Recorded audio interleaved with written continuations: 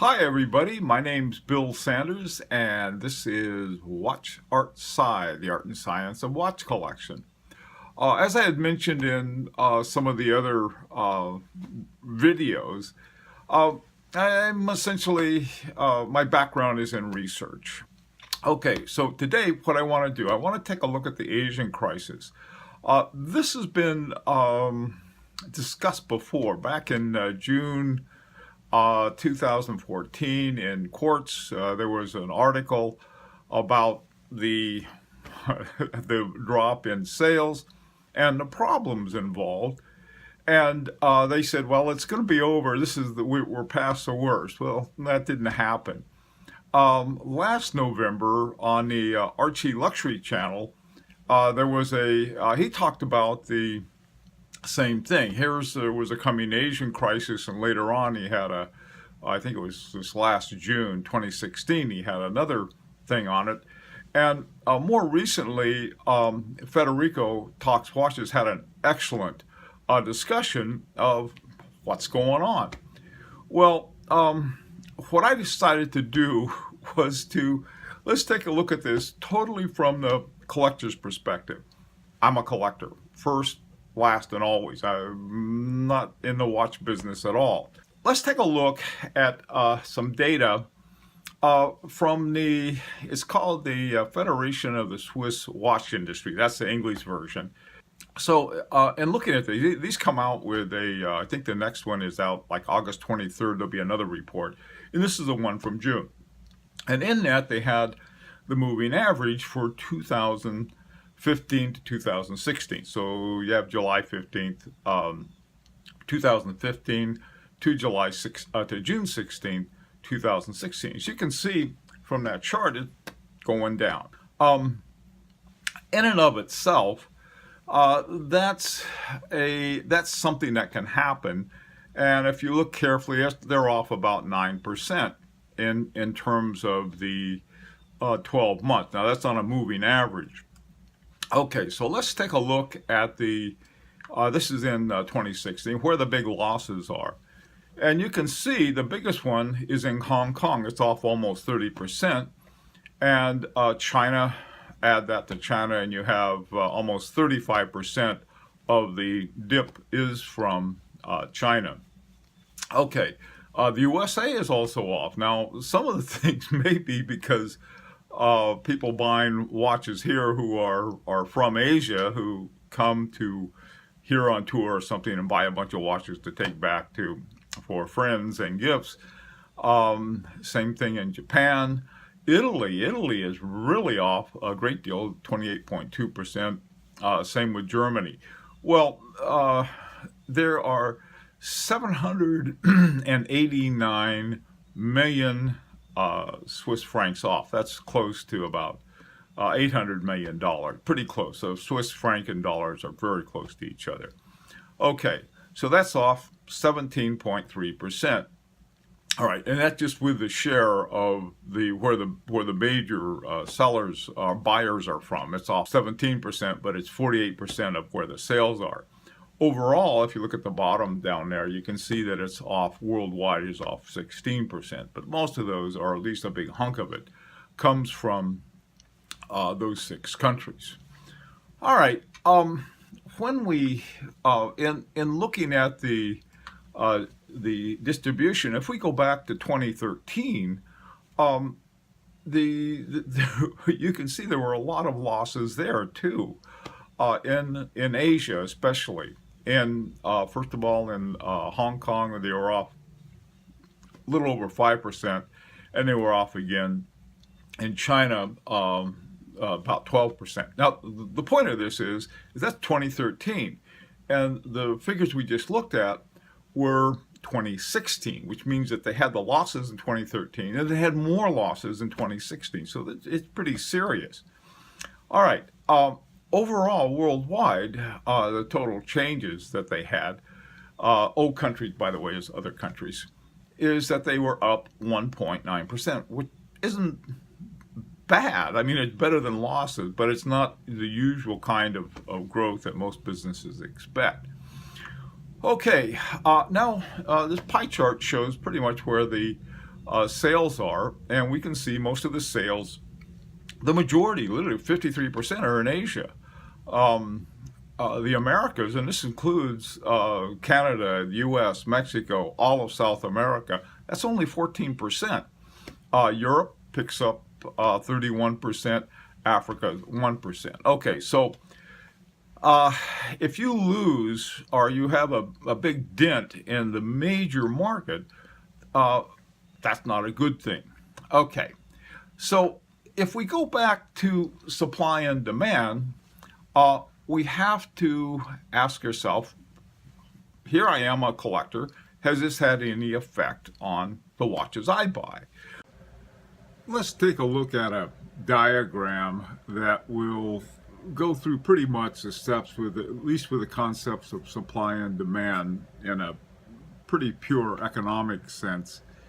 Is that the stage one, or the state that the watch industry was in when they had provided a large supply of watches, and there was a big demand, primarily because of the Asian demand. Okay, so then the second step is when the anti-corruption measures went into play and the demand went down. And so you end up at, you see a step three, is that you have a supply-demand disjuncture. The supply is quite large, but the demand has gone down significantly. And what happens when that happens, again, this is from a purely economics point of view. There are a lot of other variables, there always are. But still, these are the elements that are crucial to it.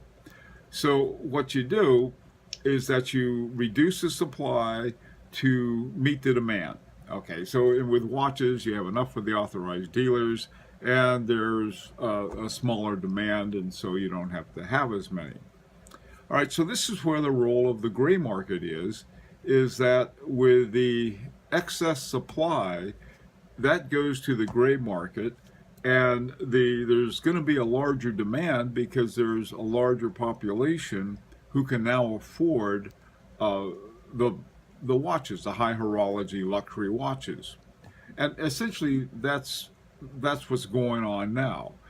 The extent to which that supply is big, the prices are going to reflect the larger supply, that they have to lower that supply. And one of the best ways to do it is lower the price. The way this is done is with the condition zero, which, as we all know, really means new. Well, if we look at start with the Holy Trinity, we can see that the retail price of 3 of these watches, and it's just a sample, and you can go find your own, but I thought I'd start with the Holy Trinity.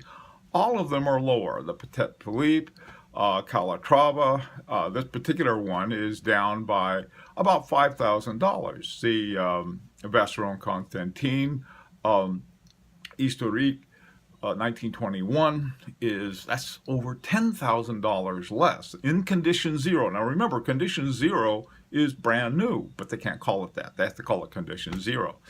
And if we look at the Audemars Piguet, I think it's the Edouard Piguet model, that's from 24 to 9,000, a little over 9,000.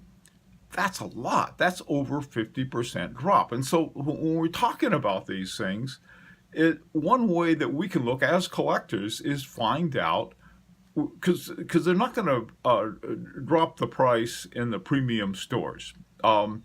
Federico Talks Watches, he said not a good idea because it'll lose its value. But the reality of it is, if you go to the gray market, places like Chrono 21, this is what you find out. Okay, so let's take a look at some other ones. In 2014, Horology had 3 watches that they felt were the high horology under 20,000. Okay, that were good watches. There was a F.P. Journe, there was a Lang, and there was a Vacheron Constantin. They were all just under $20,000. Okay, well, let's see what happened to them if we look at find the condition 0. Well, the Zorn, FP Zorn, which is really a yummy watch, and it's done by a master craftsman. Zorn still is involved in making those, and I think that's one of the things that adds to the value. That's actually gone up. That's the only one that has. But on the other hand, if we look at the A. Lang, it's gone down 18,600 to 15, and the Vacheron Constantin Patrimony Traditionnel is from 19 to about 14 and a half. Okay, so not only the Holy Trinity, but, well, it's pretty close to the Holy Trinity, but ones that are considered to be high horology, they've gone down as well. All right, so what we can do is that we can take a look at, here are 10 companies with the highest percentage of condition 0. Now, if you go to a place like Chrono 24, you expect to find a lot of used watches. But new ones, 70% of Hermes watches there are brand new. Mont Blanc is 85%. Bell & Ross, Hublot, Seiko, Chris van der Klaauw, UC Nardin, Tag Heuer, Breguet, Blancpain. They have a lot of the majority of watches at a place where you usually expect to find used watches are actually new, or condition, what they call condition 0. Okay, now the ones with the fewest percentage are ones we'd sort of expect. Rolex, Cartier, Patek Philippe, Jaeger-LeCoultre, Vacheron Constantin. All of these are relatively low. I mean, but still, Jaeger-LeCoultre on up, you still have a little over half, or a little over half are brand new.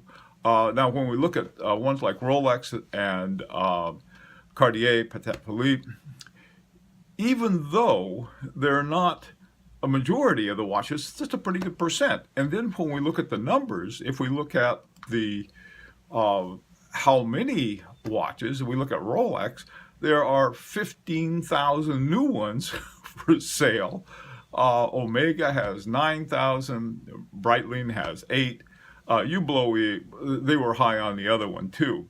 And even Patek Philippe and Audemars Piguet and Cartier, they still have a lot of watches that are brand new. And the point of all of this is that this is what the market looks like for us, the collector, the consumer. And there are some very good prices out there, because what are they going to do with all of these watches that they can't sell in Hong Kong, in China, in Asia? Because there are other places in Asia that sell to the Chinese, such as Thailand. They got all of these extra watches. Something's got to happen with them. And so if we go back to supply and demand, we come back with the demand was artificially choked off. I'll call it artificial. They wanted to get rid of corruption. Like I said, not a bad idea. Anyhow, so to me, there's lots of opportunities right now. Both Federico and Archie both said, now's the time to go in and really cut a hard bargain. Now, if you live in a Squash Dog, Mississippi, or someplace where they don't have a fancy store, where you can buy high horology, you can still get it online. I think more and more of the watch buying and selling world has moved online, and I know a lot of people feel nervous about it.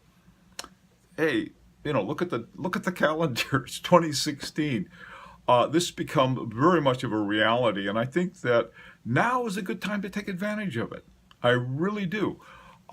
Unfortunately, I haven't seen other comparisons like this, and so I can't say, well, 4 years ago when they were selling the billions of Asian watches, things were better. But still, this is the kind of stuff that you can look at to find out is that here are some buying opportunities. I think for the collectors, now is a good time to get a great watch at a great price.